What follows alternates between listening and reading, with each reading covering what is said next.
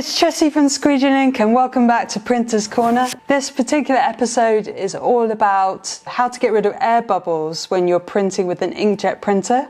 We've also got a question about the software that we use to separate artwork and also about setting up an all-black system for printing film positives with an inkjet printer.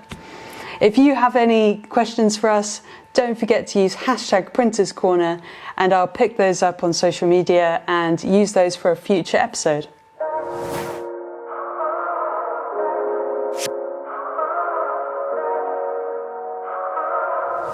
Our first question is from Black Sheep Serigraph and they said, excellent video, very informative. I have a T3200 and I'm looking to set up all blacks cartridges. Where do you get cartridges? Thanks. This is relating to a really in-depth YouTube video we did all about setting up an inkjet printer for printing film positives, and I think it's really thorough and hopefully you'd find it interesting as well. So I would go back and look at that video and then come back here and see what he's talking about. So to answer your question, the T3200 I'm assuming is a smaller inkjet printer which you'd be able to print like, I don't know, 12-inch films on, and you're looking to set up a black cartridges.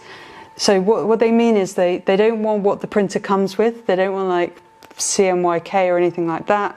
They want to be able to put in black, black, black and black, which means that that's the most efficient way for printing film positives because it's laying down all of the cartridges. None of the cartridges are just sitting idle and getting clogged up.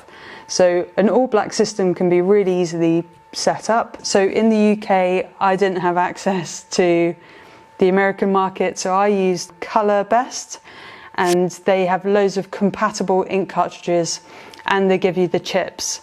Again, I show you all of that information in the YouTube video that I just referenced. However, if you're already using AccuRIP and Sep Studio NXT, you can just go on the Solutions for Screen Printers website and they've got all of the inks and cartridges and they do bundles and all sorts. I don't think our discount code works for all of the inks, but you can use it for the software and the RIP. Our discount code is CRP5 on Solutions for Screen Printers, and I'll put it in the description below just so you don't forget. So that's what I'd do. I'd go to Solutions for Screen Printers because they've got end-to-end help, software and all of the compatible printers and things that you'll need, and they've already figured out for you. So you don't find that you get most of the way and then your printer gets discontinued, which is what happens to a lot of people.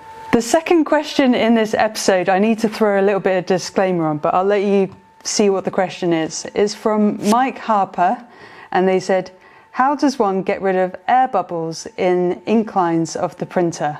The reason I want to put a disclaimer and say don't take my advice or don't come and sue me for this is because printers are pretty expensive, and if you mess around doing things you can break your printer, and there's going to be loads of conflicting advice about what I'm about to say and people are going to go, oh no, don't do that, you'll ruin it, and go ahead in the comments, because if you can help out another printer, go ahead. So there's my disclaimer. The method that I use, if I've got a really stubborn printer and it just won't print through all the channels, which isn't a problem that I actually have recently because I keep the printer running and I do little test prints all the time, is this method that is found in the administration panel on your printer.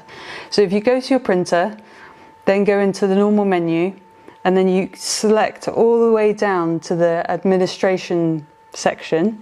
It says admin panel, and then in the administration menu it says password. I didn't set up a password on my printer and most people don't, so you can literally just press OK and that kind of bypasses the password section, and now you're really into the depths of the printer that only the maintenance guy should be able to see.